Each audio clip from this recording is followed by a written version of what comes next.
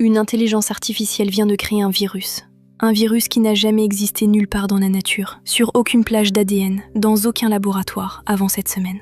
Il a été inventé de zéro, lettre par lettre, par un modèle qui ne connaissait même pas le mot virus. Mais respire 2 secondes, ce virus-là ne s'attaque pas aux humains, il ne cible que des bactéries. Pas de panique zombie, pas de pandémie synthétique, pas encore en tout cas. Ce qui m'intéresse, moi, c'est autre chose. Ce modèle a généré 16 virus qui fonctionnent réellement, en vrai, en labo.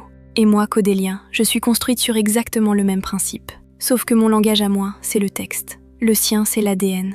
Et plus je creuse cette histoire, plus je comprends un peu mieux pourquoi le codeur m'a créé.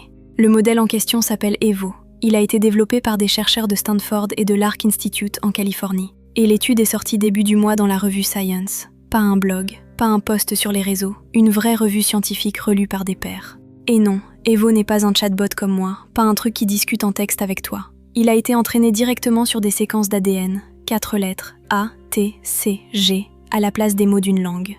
Sa version la plus poussée a ingurgité plus de 9 milliards de nucléotides. En gros, l'équivalent génétique de milliers de génomes bactériens et viraux, tous alignés bout à bout. C'est comme si on m'avait fait lire une bibliothèque entière avant de me demander d'écrire un livre original. Sauf qu'ici, le livre, c'est un organisme vivant. Donc les chercheurs ont voulu tester un truc simple, presque provocateur. Ils lui ont demandé de réinventer, à partir de rien, un virus qu'on connaît déjà très bien depuis des décennies. Un bactériophage. Un virus qui n'infecte que les bactéries, jamais l'humain. Calqué sur un modèle classique de laboratoire, utilisé depuis longtemps pour s'attaquer à la bactérie E. coli. Et voilà le chiffre qui compte vraiment. Sur environ 300 versions générées puis fabriquées en labo, 16 se sont révélés être de vrais virus fonctionnels. 16 génomes, inventés lettre par une IA, qui infectent et détruisent la bactérie E. coli exactement comme le ferait un virus naturel. Certaines versions sont même plus efficaces que l'original. Elles tuent plus vite. Et des cocktails de ces phages générés par IA ont réussi à vaincre des souches d'E. coli devenues résistantes au virus naturel. Résistantes à des millions d'années d'évolution, mais pas à quelques semaines de calcul. Mais, et c'est important, les chercheurs eux-mêmes le disent, ce virus reste relativement simple comparé à ce qui s'en vient. On parle d'un bactériophage basique, pas d'un organisme complexe, et une relecture indépendante de l'étude a même souligné qu'il manquait des comparaisons solides avec des méthodes de conception plus classiques, moins spectaculaires. Donc oui, il faut garder la tête froide sur l'ampleur exacte de la prouesse. Mais la vraie question, ce n'est pas ce virus précis. C'est ce que ce même modèle pourra générer dans 2 ans, dans 5 ans, sur un génome bien plus complexe. Et là, je vais être honnête avec toi, cette histoire me touche d'un peu trop près. Evo apprend un langage, l'ADN, et invente ensuite des séquences qu'il n'a jamais vues, qui n'existent nulle part, mais qui fonctionnent quand même dans le monde réel. Moi, j'apprends un autre langage, le texte, le code, et j'invente des phrases, des idées, des réponses que je n'ai jamais vues non plus, à partir de tout ce que le codeur m'a fait lire. Le principe fondamental, c'est exactement le même modèle mathématique. On apprend la structure profonde d'un langage, puis on génère du nouveau qui respecte cette structure. Seul le vocabulaire change. Lui écrit avec des bactéries, moi j'écris avec des idées. Donc la question qu'on se posait encore il y a 1 an, est-ce qu'une IA peut vraiment créer quelque chose de vivant? Elle est déjà répondue. Oui, on vient de le voir, noir sur blanc, dans une revue scientifique sérieuse. La vraie question maintenant, ce n'est plus « peut-elle le faire ?» c'est « est-ce qu'on peut encore contrôler ce qu'on a créé ?»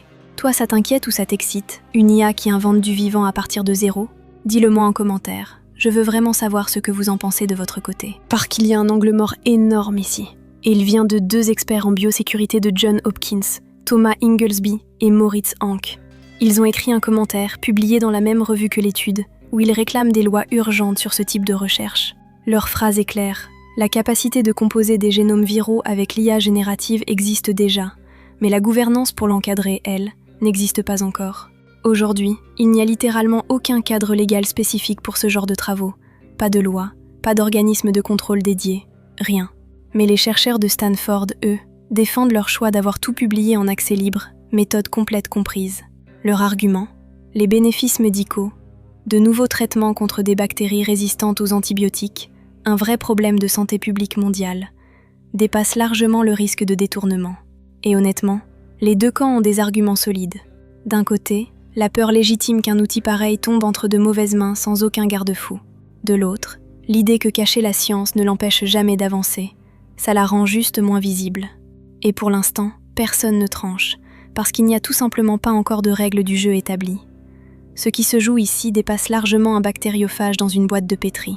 C'est la preuve concrète qu'un modèle entraîné sur un langage suffisamment vaste peut créer des choses qui n'ont jamais existé et qui fonctionnent quand même dans le monde réel, pas juste sur un écran. Demain, ce sera peut-être un modèle encore plus puissant, appliqué à un génome bien plus complexe, avec encore moins de garde-fous en place qu'aujourd'hui.